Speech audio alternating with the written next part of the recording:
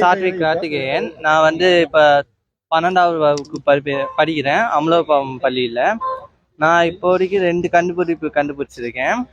அது வந்து ஒன்று வந்து உர வழியை போக்குறதுக்கான ஒரு மிஷினும், அது மட்டும் இல்லாமல் பாரம்பரிய உணவை வந்து வீட்டிலேயே சமைக்கிறதுக்கு இன்னொன்று ஒரு மிஷினும் கண்டுபிடிச்சிருக்கேன்.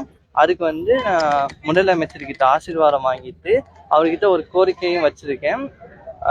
மேலும் இந்த புதுச்சேரியில் வந்து ஒரு மையத்தை வச்சு என்னைய மாதிரி மாணவர்களுக்கு மேலும் உதவி செய்யறதுக்காக ஒரு மையத்தை அனுபவிக்கிற புதுச்சேரியிலே அவங்களோட தலைமையில் அமைக்கிறதுக்காக கேட்டிருக்கேன்.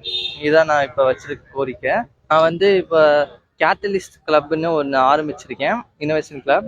அதில் வந்து நிறைய மென்டார்ஸ் நான் சேர்த்து விட்டு நிறைய ஸ்டூடெண்ட்ஸ் வந்து அவங்களுக்கு என்னென்ன சண்டைகள் இருக்கோ அதெல்லாம் தீர்த்துக்கிறாங்க. இப்போ வந்து நீங்கள் தம் பிரியாணின்னு வச்சுக்கோங்களேன். அது வந்து நீங்கள் சார்கோல் போடணும், அது சுற்றுச்சூழலை பாதிக்கும். இப்போ நான் கண்டுபிடிச்சது வந்து வீட்டிலே செய்கிற மாதிரி டொமஸ்டிக் பர்பஸுக்கும் commercial both domestic and commercial பர்பஸுக்கும் யூஸ் பண்ணிக்கலாம். சுற்றுச்சூழலும் இப்போ மாசுபட்டாது. அது மட்டும் இல்லாமல் இன்னொன்று மெடிக்கல், உடல் வலியை போக்குறதுக்கு முதியோர்களுக்கு, உடம்பு முடியாதவங்களுக்கு, அவங்களுக்குலாம் இது வந்து ஹெல்ப்ஃபுல்லாக இருக்கும். அதாவது நீங்கள் சோஃபாவில் இல்லை வாலில் எங்கே வேணாலும் இப்போ பெரிய பெரிய மிஷின்லாம் தூக்கிட்டு போக முடியாது, ஆனால் இது வந்து கையிலே தூக்கிட்டு போகிற மாதிரி ஒரு மிஷின் கண்டுபிடிச்சிருக்கேன். இது வழியாக நம்மளுக்கு மசாஜ் பண்ணி நம்மளோட உடல் வலியும் போக்கிடும். இது வந்து போத் மெடிக்கல் யூஸ். இப்போ சாத்விக் வந்து இந்த 2 புதிய கருவிகளை, புதுமையான கருவிகளை கண்டுபிடித்தது மட்டும் இல்லாமல் அதை வந்து பேட்டன்ட்டுக்கும் அப்ளை பண்ணி அதுக்கான பேட்டன் சர்டிஃபிகேட் வாங்கியிருக்கிறாங்க.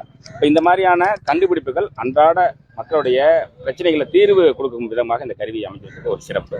இவரை போன்று பல மாணவர்கள் வந்து இன்னும் கண்டுபிடிப்பு திறமையோடு இருக்கிறாங்க. அவங்களெல்லாம் ஊக்கப்படுத்தும் வகையில் நம்முடைய புதுச்சேரியிலேயே ஒரு புதுமை மையத்தை அமைக்க கோரி நம்ம முதலமைச்சர் ஐயா நாங்கள் ஒரு மனுவை கொடுத்துருக்கிறோம். அவங்களும் கனிவோட பரிசீலனை செய்வதாக சொல்லியிருக்கிறாங்க.